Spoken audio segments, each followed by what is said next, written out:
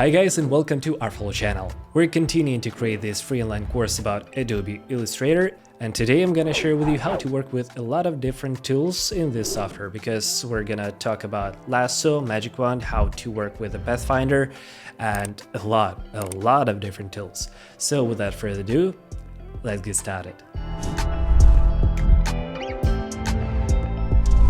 And the first tool in our list is Magic Wand. As you can see, we have it on the left side on our screen.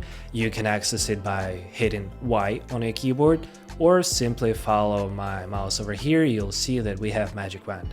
Basically, this tool allows you to choose which object you want to select based on their appearance. For example, I created this document that you can download by the link in the description or down in the comments below, and you can use it to practice. Right now I'm gonna show you how to use it for scenarios when you want to select some objects based on their appearance. Right here we have first line, tolerance, variation, color selection, and let me show you how it works. To make it easier for us, I'm gonna lock everything below this section, so I'm hitting V on my keyboard and now selecting everything below, and Command 2 to lock those objects so I cannot select them anymore. As you can see, they are locked. As well, you can see that they are locked over here in layers. Everything with this lock icon is locked, so I cannot select it. Now, let me show you how it works. Right now, I can hit Y on my keyboard and I can double click on this icon to open settings for this tool. As you can see, we have a few checkboxes over here, and we will start with the fill color. Let's select this one, and we have a new setting appeared, tolerance. What it does, it allows us to choose tolerance for the color that we're gonna select. For example, we have this purple color, and if I want to select exactly this color, exactly this light purple color, I need to drop down this tolerance to 1. It means that all the colors that are precise like this light purple are going to be selected. Everything else is not going to be selected. So 1, and I'm just gonna click with left mouse button over here. As you can see, we have selected everything that is light purple color. Now I'm selecting V on my keyboard, selection tool, moving around, and that's how it works. If I want to select, for example, not light one, but dark one, I'm just gonna go over here, Magic Wand, now select this dark color, and move it around. As you can see, we have the same result, but in the opposite way. And if you want to select something mostly purple, but not exact purple, like here, I want to select everything like this, I just can increase this tolerance level to, for example, 64. We'll see if it's gonna work. Now Y selection, as you can see, it works, but it also grabbing this color as a selection, so let's drop down to 32, for example, and yes, as you can see, now it works. So with this one, you need to keep adjusting it until you find perfect spot for you. I cannot tell, like, you need to choose 32 all the time, or 64 or 18. You can go 31, for example. So it's totally up to your situation, but for now, as you can see, 32 works just fine. I can just hit Y on my keyboard, select everything, and as you can see, it works perfectly. So if you want to select similar objects based on their fill color, you can do that using this perfect tool. Now let's talk about second option. For example, we have a situation, similar situation, but we want to select not purple, but we want to select blue, and it's gonna work the same way. So I'm just gonna unlock all the layers, Command Option 2 or Control Alt 2 on Windows. As you can see, it's unlocked. Over here you saw this hotkey combination, and I'm gonna lock everything but this second line. Okay, now we have those blue and purple colors, and we're gonna go in the same way. So Y, and as you can see, I can select everything that is blue, I can select everything that is purple. So that's how it works, and based on the tolerance, you may see that we can increase it quite hard. For example, let's make it 90. It detects everything. Let's drop down to 70, Y, and now it selects only blue one. So that's how it works. If you want to select some complex objects and you have a lot of different colors around those objects, you can just use this perfect tool. Now let's talk about the second option, because as you can see we have stroke color selection over here and we have a lot of different ones. So let's keep going. I'm just gonna lock everything but line number 3, lock and lock. And if you have a situation when you want to choose objects based on their stroke color, not their fill color but stroke color, you can just deselect this one, this checkbox, and turn on stroke color, and now you can adjust tolerance for the stroke color. And now Y, hit, and as you can see, everything with this stroke color, with this dark beige color, is going to be selected. And yeah, that's how it works. The other option that you can have is selecting objects based on their stroke width selection. So I'm just gonna lock everything down but this fourth line, and I'm gonna turn on the stroke weight. And as you can see, we can adjust tolerance, but right now tolerance is not in simply numbers, it's numbers plus PT. PT is based on basically width of this stroke. As you can see, first stroke is 20, the next one is 6. So I can just go over here and make it, for example, 6. Now Y, hit, and as you can see, everything is selected. I can make it lower, I can make it 1, it's selected. I can make it 50, and right now everything is going to be selected because it's within this tolerance level of 50 PT. And as well, as you can see, we have opacity selection and blend mode selection. If you forgot about this one, you can adjust opacity and blend mode in Adobe Illustrator. So to make it work, you can just select your object, go over here, and you have opacity level. And for this object, we have opacity 100. For this object, it's 50. So you can select objects based on their opacity, simply turn on this one and go tolerance, for example, anything, 1%, it could work. Now, Y, hit on first object, as you can see, it's selected because everything is 100%. This one is 50%. So that's how it works. If you want, you can go to tolerance 100, now everything is going to be selected. And the same for blending mode, you can turn on this one, and as you can see, based on blend mode, you can choose which is going to be selected. If you have any adjustments to the blend mode, it's going to be selected. Where to see which blend mode is assigned? You can click on this object or any other object, go to opacity, and over here you can see blend mode. Usually it's set to normal, but for this object I set it to screen, but this one, as you can see, is normal.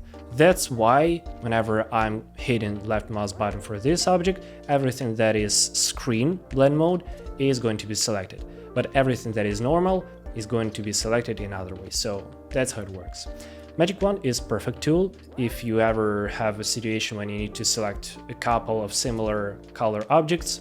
That's how we do it. Let's keep going. The second tool is Lasso tool. This one is quite convenient, so let me show you how it works. As you can see, whenever I'm selecting this logotype, this object, we have a lot of different anchor points.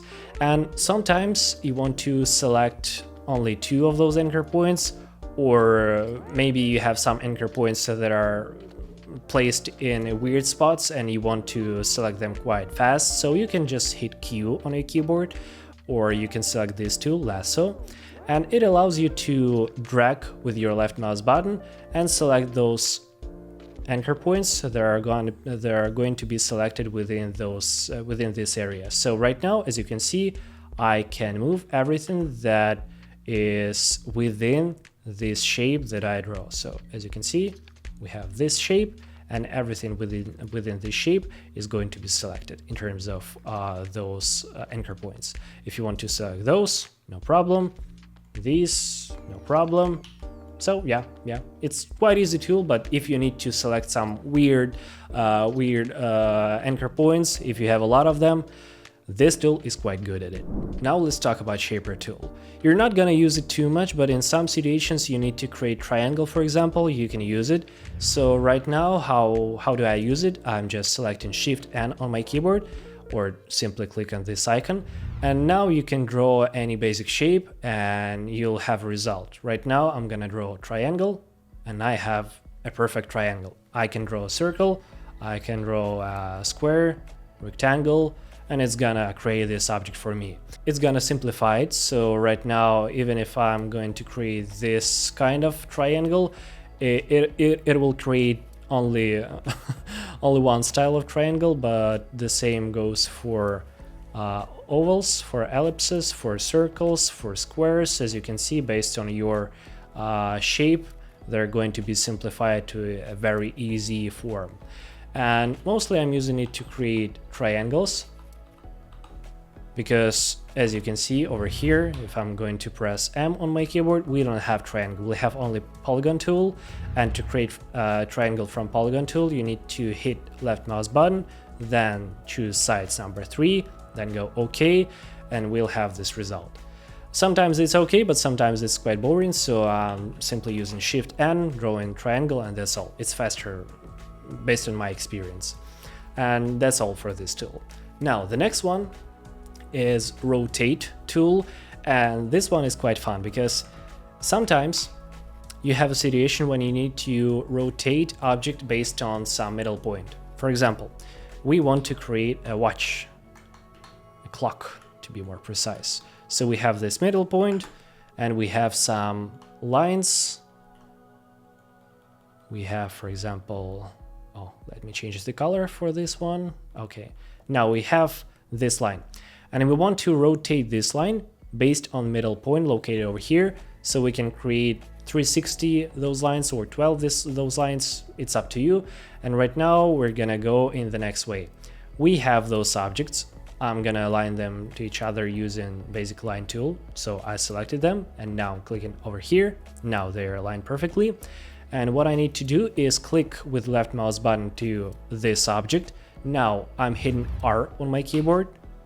It selects rotate tool over here, and now I can rotate this object. But as you can see, we have this blue crosshair, and basically it is our axis for rotation. And if you want to rotate this object based on any other location, you can just move this axis to another point, and now you can rotate it. And that's how it works. So you can just simply click with left mouse button to the point where you want to have your axis, and now you can rotate your object. As you can see, it's quite there, but not, because we need to create a copy for this object. And to make it work, you need to make sure that you selected this object. Now you need to hit R on your keyboard. Now you need to hold Alt on your keyboard or Option for Mac. And now you need to click on the point where you want to have your axis point to be in. So click here. As you can see, due to holding Alt on our keyboard, we summoned a rotate section where we can create an angle for our future copies. And we can create a very funny trick. We can go 360 and divide it by 12, because we're gonna have 12 divisions on our clock. And now you can hit copy on your keyboard and it's gonna calculate everything. So you have 360 divided by 12, you have a result, and you hit copy. So this object is going to be copied to this precise degree level based on this axis point. And now what you need to do is hit Command D on Mac or Control D to make a copy with the movement and rotation accordingly to this point. So Control D, Control D, Control D, and etc. Now we have a perfect result. We have this basic shape, we selected axis point over here, and we created a copy. Software remembers that we created a copy with this shift in terms of rotating based on this axis, so hitting Ctrl D allows us to make the exact same copy with the movement based on our previous setting. And you can use the same feature for situations like this. For example, you want to create a fence. So we have this first block. I'm creating a copy of it, so selecting V on my keyboard, holding Alt on my keyboard, moving towards here, and now just hit Ctrl D on my keyboard, and as you can see, we are creating a copy of this object in the same distance, because software remembers that we shifted this object by X amount of pixels. Now we're just duplicating, copying this interaction. And we can have the same for diagonal shifting and etc. So if you want to have something like this, now you know how to do it. Let's go to the next tool. And the next tool is very easy. It's all about width. So for example, we have this stroke. Let me change it to white color. And right now we have this solid white stroke with the same width across basically entire shape. But sometimes you have a situation when you want to change width in some parts of the stroke while keeping it the same on others. So to change this width of the stroke, you can hit Shift W on a keyboard.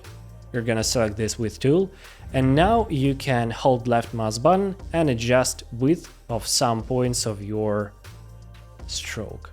As you can see, we can create quite complex shapes.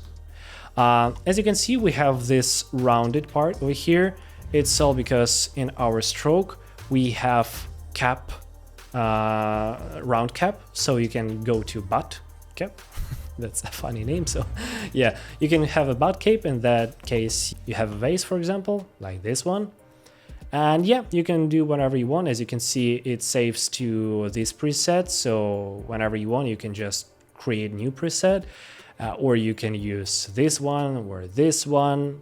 So it's up to you. If you want to change shape, Shift W with tool, now you can adjust it.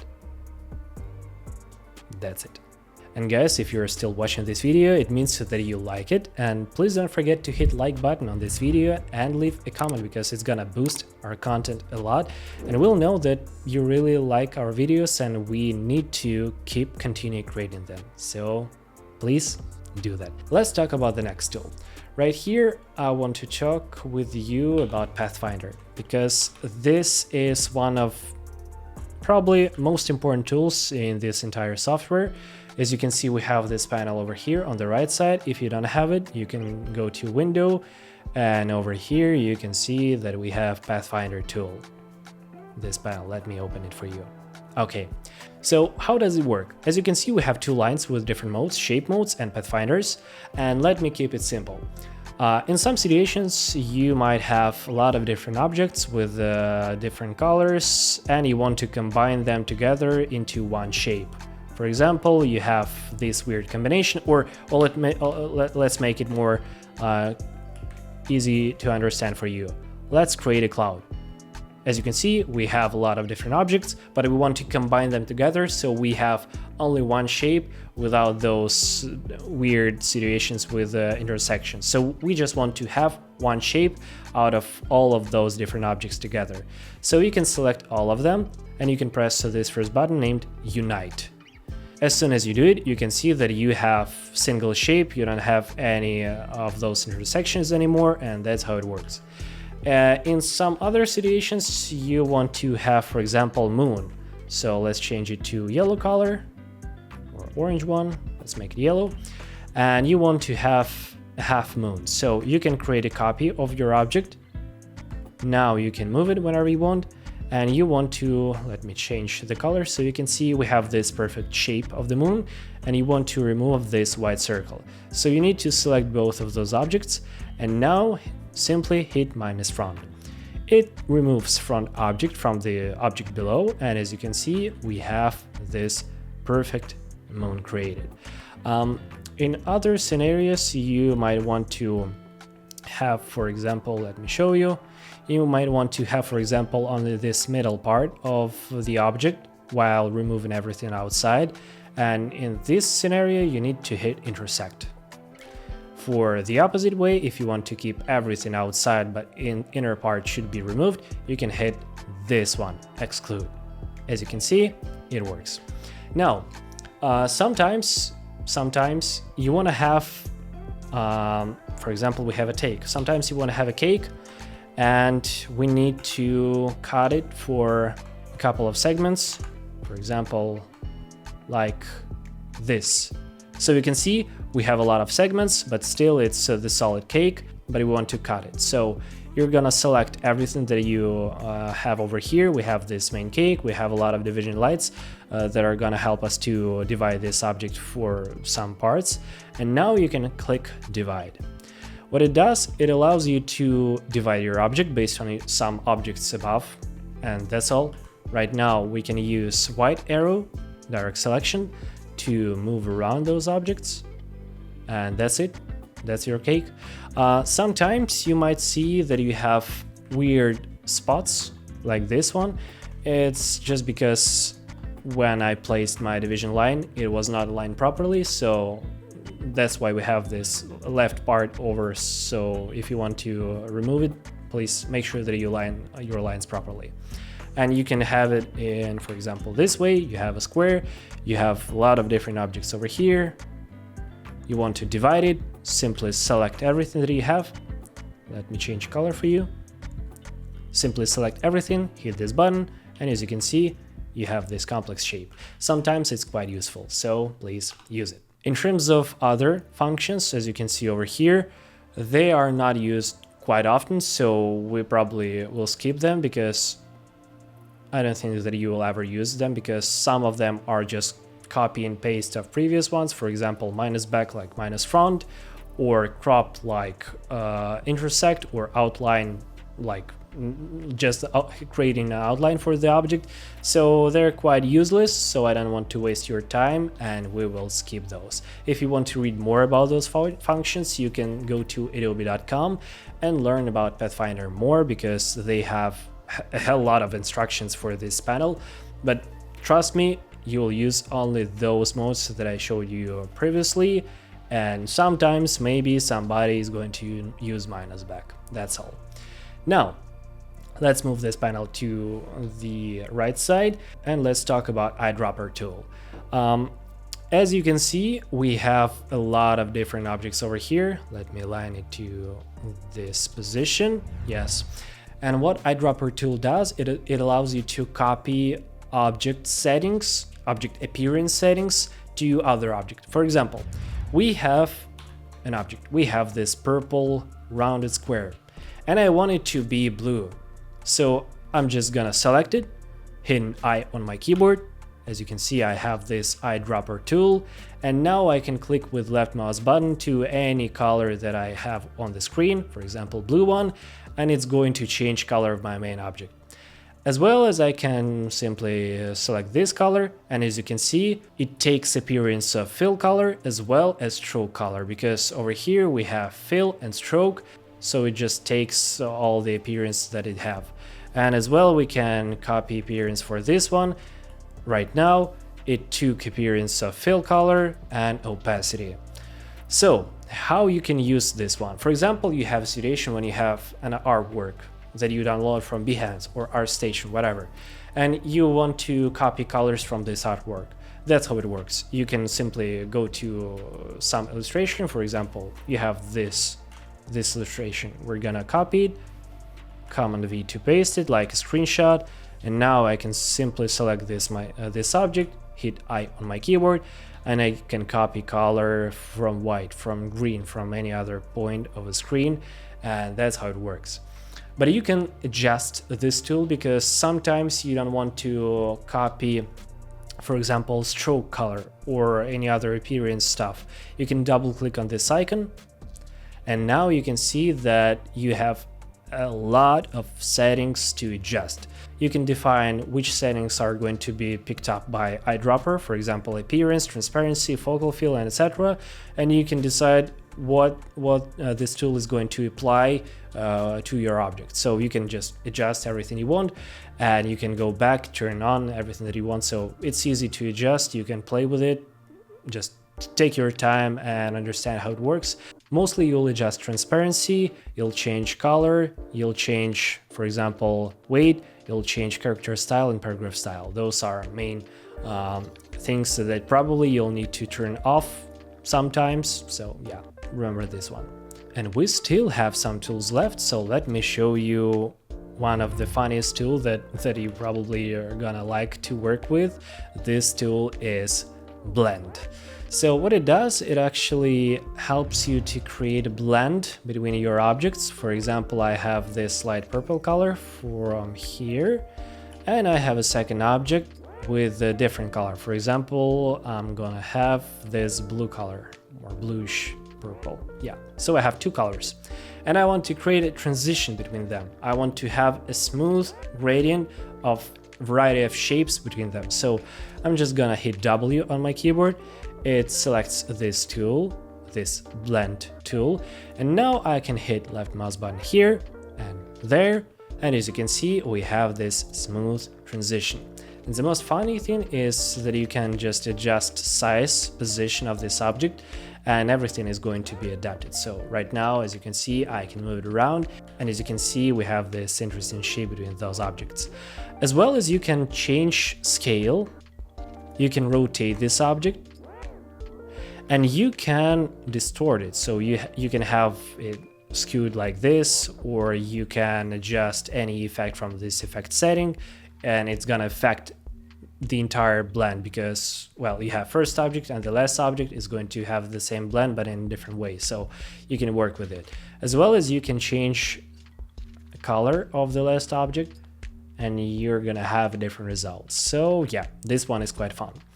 And sometimes you want to keep it simpler. You don't want to have really a lot of different objects between them. So if you want to have, for example, 2 or 3 objects in this blend, you can do that quite easily. So to make it work, you need to double click on this blend, and now you have a lot of different options. You have smooth color, you have specified steps and specified distance. So for smooth color, that's what you're gonna have this smooth transition between colors. If you're gonna select specified steps, you can choose how many transition objects you're gonna have for this one. You can type any number, hit tab on your keyboard, and it's gonna apply everything without hitting OK.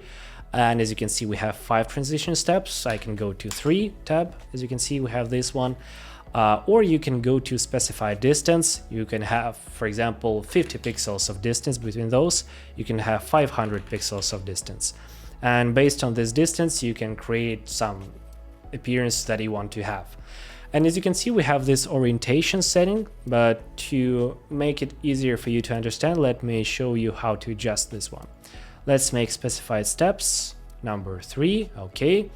And as you can see, we have this line across our blend, and you can adjust this line. So you need to press Shift C on your keyboard, and with this tool, you select an anchor point tool, and now you can change path of this shape. So your objects are going to lay down along this path, and as you can see, you can work with them. Now, as you saw over here in blend tool, we have orientation setting, and basically it does what it seems to be doing it. So it allows you to align your shape to your page or to path. As you can see, it aligns to page and aligns to path. So yeah, this one is quite easy and fun trick to do, and if you want to create more complex shapes, you can do that. You can have everything you want. You can have some page style designs, so yeah, I think you'll like it. And the last one is scissors. This one is very easy. It's not gonna take a long time for us to understand how it works. So we have this circle. I'm gonna change fill to stroke, Shift X on my keyboard, and as you can see, we change shift color to stroke color, like swap with those places, and now I can increase stroke color, stroke width, and we have this object. Now, if you're gonna press C on your keyboard, you're gonna select scissors, and what they do is they allow you to cut your object in anchor point position. For example, I have this anchor point, I can click with left mouse button, and now this shape is cut, and I can select A on my keyboard to select white arrow, and now I can move this object around, because right now we have 2 anchor points instead of 1. So basically we cut this thing out, and as you can see, I can move this shape whenever I want. For example, I want to create this smooth logotype based shape. And that's it. Now you can change this one to stroke with the round cap, because right now it is not a closed shape, it's an open shape, and you can do whatever you want to do with this one. And let's close it. Yeah, so that's funny shape to be honest. Okay. So that's it for this video, guys. I hope you found it useful, and if you did, please hit the like button, subscribe to this channel, and don't forget about this ring notification bell, because only in that way you'll be sure that you will not miss any new videos on our channel. And that's it for today, guys. See you in the next one. Bye.